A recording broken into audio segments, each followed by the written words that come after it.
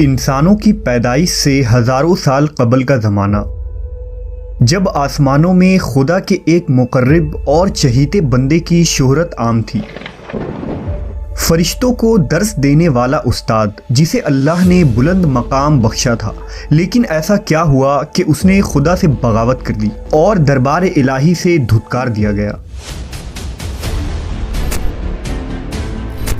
حضرت آدم علیہ السلام کی پیدائش سے قبل آسمانوں پر دو قسم کے مخلوق رہتی تھی، ایک نوری اور دوسری ناری۔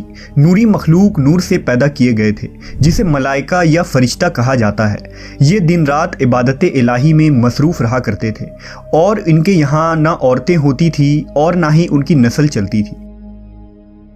دوسری مخلوق ناری یعنی جنات تھے جو آگ سے پیدا کیے گئے ہیں۔ ان کی عورتیں بھی ہوتی تھیں اور ان کی نسل بھی خوب پھیلتی تھی۔ خدا نے انہیں اپنی حمد و ستائش کرنے کے لیے بنایا تھا۔ یہ سب اللہ کے آسمانی لشکر تھے۔ وہ اس مقصد کے لیے بنائے گئے تاکہ اپنے خالق و مالک کو جانیں، اس سے شادمان ہوں، ہمیشہ تک اس کی خدمت اور عبادت کریں۔ ایک مسلمان کے ایمان بالغیب کا تقاضا ہے کہ وہ ان تمام مخلوقات کے بارے میں جو کچھ قرآن و حدیث سے ثابت ہے اس پر بلا کسی کمی و بیشی اور شک کے ایمان لائے۔ انہی مخلوق میں ایک معزز ہستی عزازیل تھا۔ عزازیل کا مطلب ہے خدا کا عزیز۔ اسے اللہ نے دہکتے ہوئے آگ کے شعلوں سے پیدا کیا تھا۔ حضرت آدم علیہ السلام کی پیدائش سے 144,000 سال پہلے سموم جنات کی پیدائش ہوئی۔ یہ جنات کا بابائے آدم تھا۔ سموم جن کو زمین پر بھیج دیا گیا، جہاں 300 سال گزرنے کے بعد زمین پر اسے اپنی نسل کی جن مخالف ملی، جس سے اس نے شادی کر لی اور وقت گزرنے کے ساتھ کثیر تعداد میں اس کی اولادیں ہوئیں۔ ابتدا میں تو یہ قوم جنات اللہ کے فرما بردار اور اطاعت گزار تھے، لیکن بہت جلد یہ سرکش اور نافرمان ہو گئے۔ جب ان کی بدعمالیوں کی حد پار ہو گئی تو کثیر تعداد میں جنات نے موت کا ذائقہ چکھا اور وہ مر گئے۔ اس دوران جو نیک جنات تھے وہ باقی بچ گئے اور ان کی نسل آگے بڑھی۔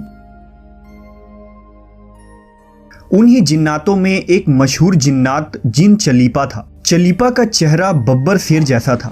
چلیپا نہایت ہی قد آور اور بہادر جن تھا۔ اس کی بیوی کا نام تبلیس تھا، جس کا چہرہ بھیڑیے کی مادہ کی طرح تھا۔ وہ اپنے شوہر کی طرح دلیر اور طاقتور جن تھی۔ اس کی تمام قوم پر اس نے اپنی دھاک بیٹھا رکھی تھی اور قوم کا بچہ بچہ چلیپا کا احترام کیا کرتا تھا۔ ان کے یہاں ایک بچے کی پیدائش ہوئی جس کا نام عزازیل تھا۔ عزازیل میں اپنے ماں اور باپ دونوں کی خصوصیات شامل تھی، یعنی وہ نہایت ہی سرکش، مکار، بہادر اور طاقتور تھا۔ روایتوں کے مطابق قوم جنات کو دنیا میں بسایا گیا اور یہ حضرت آدم کی پیدائش سے 50,000 سال قبل کا زمانہ تھا۔ بہت جلد یہ جنات سرکش ہو گئے اور خدا کے نافرمان بن گئے۔ جب جھگڑے اور فساد سے زمین لرزا اٹھی تو آسمان سے فرشتوں کو حکم دیا گیا کہ جاؤ اور ان سرکش جنات کو مار پھینکو۔ لہٰذا اس کائنات میں پہلی خون ریز جنگ ہوئی۔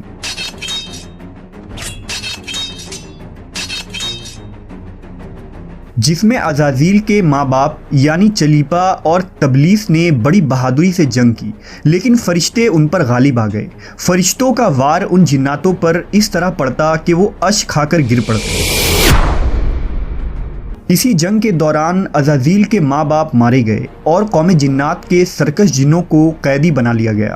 ان قیدیوں میں شہزادہ عزازیل بھی تھا۔ فرشتے جب اسے بارگاہ الہی میں لائے تو ان کو حکم ہوا کہ عزازیل کی بہترین تربیت کرو۔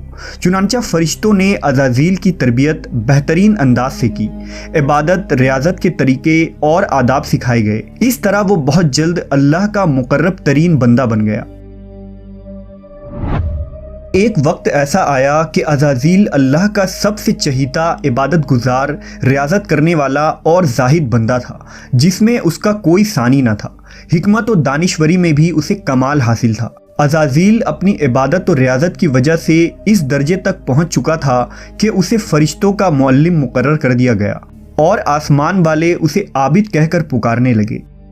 حضرت کعب بن احبار کا بیان ہے کہ عزازیل 40,000 برس تک جنت کا خزانچی تھا، 80,000 برس تک فرشتوں کا ساتھی رہا، 20,000 سال تک فرشتوں کو واز سناتا رہا۔ جس ممبر پر بیٹھ کر عزازیل فرشتوں کو درس دیا کرتا تھا، اسی ممبر کے نیچے حضرت جبرائیل، میکائیل، اسرافیل اور عزرائیل علیہ السلام بیٹھ کر اس کی درس و تدریس سنا کرتے تھے۔ لیکن اللہ کو بخوبی آگاہی تھی کہ یہ اصل میں لعین ہے اور ایک معین مدت کے بعد ذلیل ہوگا، اور اپنے انجام سے غافل اس عزازیل کا خاتمہ کفر کے حالت میں ہوگا۔ لہٰذا ایک روز عزازیل نے لوح محفوظ کو دیکھا کہ اس میں ایک عبارت تحریر کی گئی ہے جس کے الفاظ تھے کہ میں اللہ کی پناہ مانگتا ہوں شیطان مردود سے۔ اس عبارت کو پڑھتے ہی عزازیل غالباً 2000 سال تک روتا رہا اور بارگاہ الہی میں حاضر ہو کر دریافت کرنے لگا کہ اے رب العالمین، یہ شیطان رجیم کون ہوگا جس سے پناہ مانگی جائے گی؟ اللہ نے عرض کیا، ہمارا ایک ایسا بندہ جسے ہر نعمت سے سرفراز کیا جائے گا مگر ایک حکم نہ ماننے کی وجہ سے وہ مردود ہو جائے گا۔ عزازیل نے خواہش کی کہ میں اس ملعون کو دیکھنا چاہتا ہوں، جس پر اللہ کی جانب سے عرض کیا گیا کہ تو جلد اسے دیکھے گا۔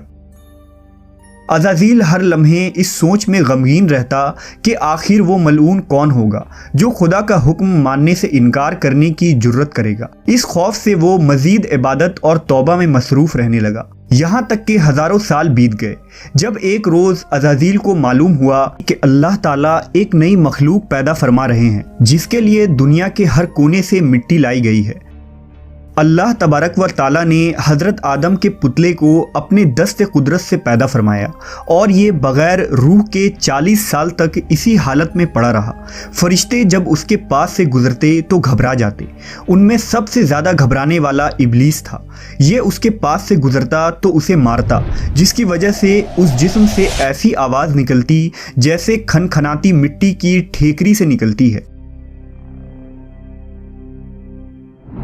اور پھر وہ دن بھی آ گیا جب رب العالمین نے فرشتوں سے فرمایا کہ میں زمین پر اپنا ایک نائب بنانے لگا ہوں، وہ زمین پر میرے احکام کو نافذ کروائے گا۔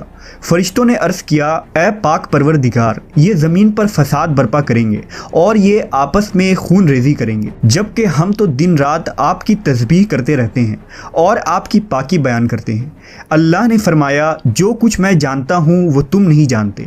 پھر اللہ نے حضرت آدم کو تمام چیزوں کے نام سکھا دیے اور انہیں فرشتوں کے سامنے پیش کرتے ہوئے فرمایا، اگر تم سچے ہو تو مجھے ان کے نام بتاؤ۔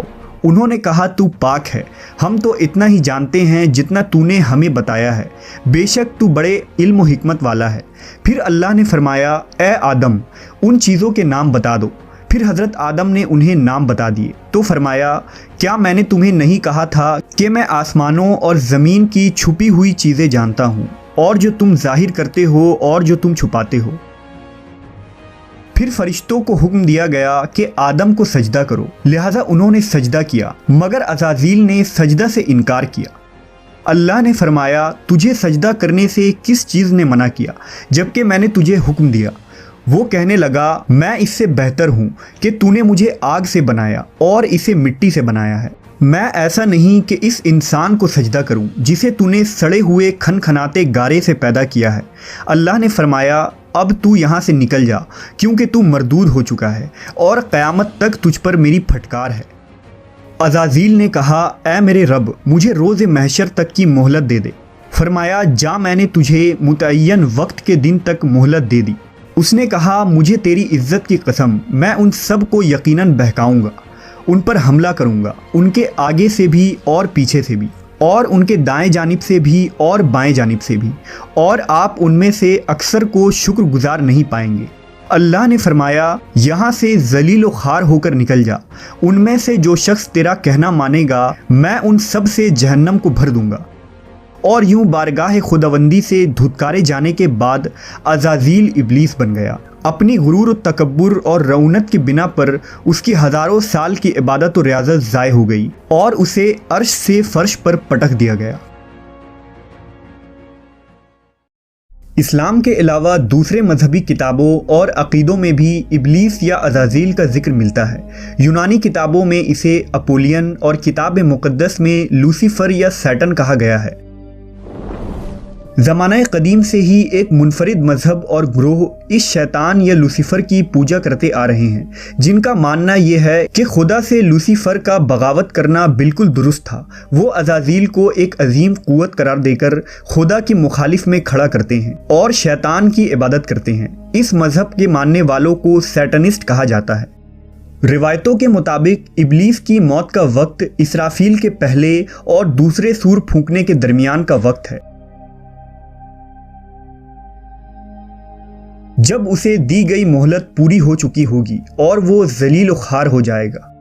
قرآن مجید کے مطابق روز حشر خدا کے فیصلے کے بعد ابلیس اپنے پیروکاروں سے اعلان برات کرتے ہوئے کہے گا کہ تم اپنے گناہوں کے خود ذمہ دار ہو۔ نیز وہ کہے گا کہ خدا نے تمہیں سچا وعدہ دیا تھا اور میں نے جو وعدہ تمہیں دیا تھا میں اس کی مخالفت کرتا ہوں۔ مجھے تم پر کسی قسم کا کوئی تسلط حاصل نہیں تھا سوائے اس کے کہ میں نے تمہیں بلایا اور تم نے میری پکار پر لبیک کہا۔ بس مجھے ملامت نہ کرو، اپنے آپ کو ملامت کرو۔ اب میں تمہارا فریاد رس نہیں ہوں اور نہ تم میری فریاد رس ہو سکتے ہو۔ عزازیل کا حضرت آدم علیہ السلام کو سجدے سے انکار کا جذبہ حسد تھا، جس نے اسے مجبور کیا کہ میری جگہ آدم کو کیوں مل گئی۔ یہ اس کا جذبہ تکبر اور غرور تھا کہ میں سب سے اعلیٰ ہوں۔ یہ صرف اس ایک سجدے کے انکار کی بات نہیں تھی، بات اطاعت سے سرکشی کی تھی۔ ابلیس نے دل میں خود کو رب مان لیا تھا۔ اس شرک عظیم کے نتیجے میں ابلیس تا قیامت رسوا اور لعنتی ٹھہرا اور اولاد آدم کو بھٹکانے کے لیے آزاد قرار پایا۔